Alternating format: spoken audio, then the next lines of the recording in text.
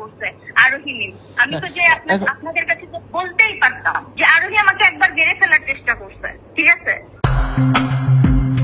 যেগুলো কথা বলেছি সাথীকে নিয়ে যে ও এই টিমে পলিটিক্স করতেছে এবং ওর জন্য অনেক প্রবলেম ফেস করতেছে অনেক মেম্বার এবং করেছে, এগুলো সম্পূর্ণ সত্যি। এই তো কিছুদিন আগেই আরোহী মিম আর শায়লা সাথীর মধ্যে ঠিক এইরকম একটা বন্ধুত্বপূর্ণ সম্পর্ক ছিল। তবে হঠাৎই গতকাল একে অপরের সাথে দেখা করে আরোহী মিম শায়লা সাথীকে জুতা ছুঁড়ে মেরেছে।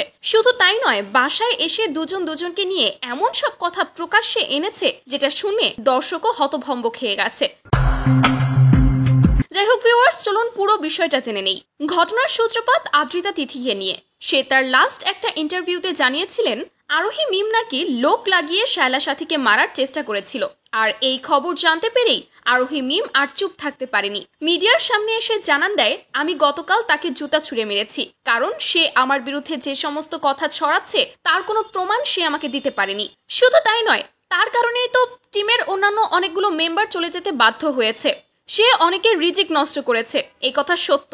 আমি টিম মেম্বার, আমি তার প্রমাণ।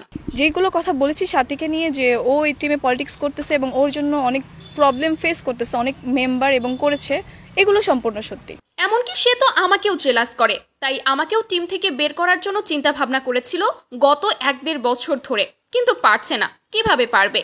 আমার ভিউ ব্যবসা বেশি, তাই পারছে না। এছাড়া আরোহী মিম আরো বলেন, শায়লা সাথী নাকি শুধুমাত্র নিজের ভালো বোঝে এবং সেই আগ বাড়িয়ে সবার সাথে শত্রুতা সৃষ্টি করে এবং ফেসবুকে এসে এমন একটা ভাব ধরে যেন সে ভিকটিম। তবে শায়লা সাথী এখনো পর্যন্ত আরোহী মিমের এই বক্তব্যের বিরুদ্ধে কিছুই জানাননি। দেখা যাক পরবর্তী আপডেট কি দাঁড়ায়। তো ততক্ষণ পর্যন্ত আমাদের সঙ্গে থাকার অনুরোধ রইল এবং বিষয়গুলো নিয়ে যদি কোনো মন্তব্য থাকে কমেন্ট করে জানাতে ভুলবেন না।